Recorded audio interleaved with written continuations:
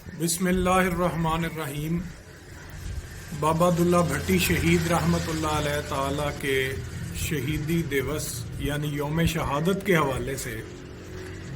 آج میں چھوٹی سی بات کروں گا۔ پچھلے سال ان کی شہادت کے موقع پر ہی میں نے یہ اپنا آرٹیکل مکمل کیا، اور یہ وہ ایک جنگ ہے جس کو آج تک تفصیلی لحاظ سے کبھی بھی لکھا نہیں گیا۔ سینہ بسینہ روایات میں موجود ہے لیکن لکھا نہیں گیا کبھی۔ یہ وہ جنگ تھی جب مرزا نظام الدین جو ہے اس کو جلو اکبر نے بابا عبداللہ بھٹی شہید کی گرفتاری کے لیے پنڈی بھٹیاں بھیجا تھا، اور بابا عبداللہ شہید اس وقت پنڈی بھٹیاں میں موجود نہیں تھے۔ تو ان کی غیر حاضری میں جو جنگ ہوئی اور وہ کن حالات میں ہوئی، اس کا مفصل جو ہے بیان یہ میں نے اس آرٹیکل میں لکھا ہے۔ اس بیان میں یہ بھی شامل ہے، یہ 5 روزہ جنگ تھی، اس میں ایک ایک دن کے مکمل حالات جو ہیں وہ میں نے لکھے ہیں۔ اور اس کی خوبصورتی مزید یہ ہے کہ اس میں ہر دن کے سالار کا جو اسلحہ ہے، جو ویپنز ہیں، ان کا مکمل تذکرہ، جو جنگ کی اسٹریٹجی تھی دونوں افواج کی اس کا مکمل تذکرہ ہے، اور اس میں بابا عبداللہ بھٹی شہید رحمۃ اللہ علیہ کے خاندان کے جو لوگ افراد جو شامل ہوئے، ان کی جو سواریاں تھیں، جو گھوڑے اور گھوڑیاں تھیں، ان کا جو ہے وہ تعارف وہ بھی اس میں موجود ہے۔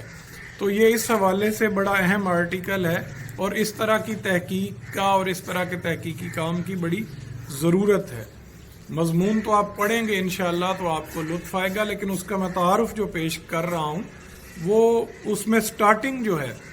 یعنی جو تفصیلات ہیں، اس کی ابتدا میں آپ کو عرض کرتا ہوں کہ اس جنگ کا جو پہلا دن ہے وہ بابے مہر خان نے لڑا، جس کو میرو پوستی بھی کہتے ہیں، اور ان کے جو پہلے دن کے ہتھیار تھے وہ تیر کمان تھا اور تلوار تھی، اور ان کا جو گھوڑا تھا اس کا نام سودائی تھا۔ ظاہر ہے وہ مارواڑی نسل کا گھوڑا تھا اور سودائی اس کا نام تھا۔ اور دوسرے دن بھی بابے میرو خان نے ہی جنگ لڑی، اور دوسرے دن خیر اس کے جو پوستی ساتھی تھے کچھ، وہ زیادہ تعداد میں شہید ہو گئے، اور وہ بالکل اسی طرح بیزار ہو گیا جنگ سے جس طرح کے ارجن جی کروکشیتر کے میدان میں جنگ سے بیزار ہو گئے تھے۔ اسی طرح تیسرے دن بابا عبداللہ بھٹی کے بیٹے، چھوٹے بیٹے نور خان نے، 14 سال کے بابے نور خان نے جنگ لڑی، اور بابے نور خان کے دائیں ہاتھ میں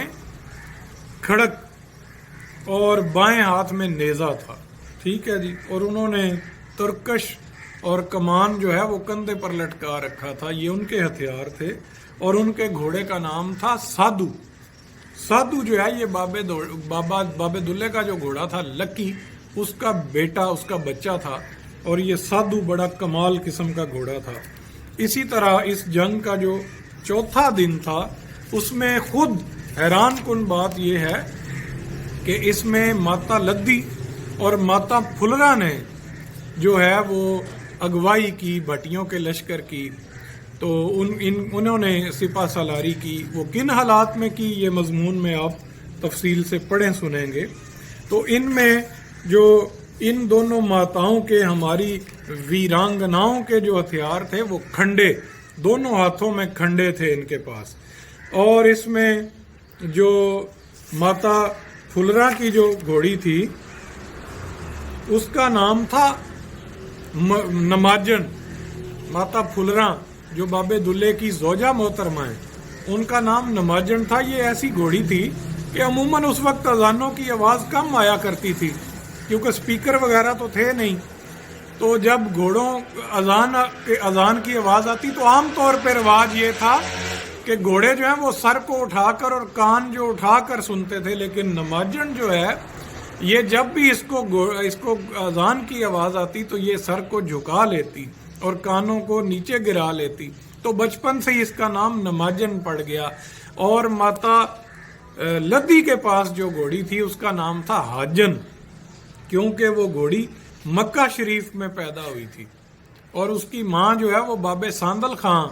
کے قافلے کے ساتھ، جو بابا ساندل خان جی حج کے لیے قافلے لے جایا کرتے تھے، تو وہ گھوڑی کی ایک تاریخ ہے، وہ بھی اس مضمون میں بیان ہے۔ تو وہ مکہ شریف میں اس قافلے کے ساتھ وہ گھوڑی گئی ہوئی تھی، اور مکے میں یہ گھوڑی پیدا ہوئی،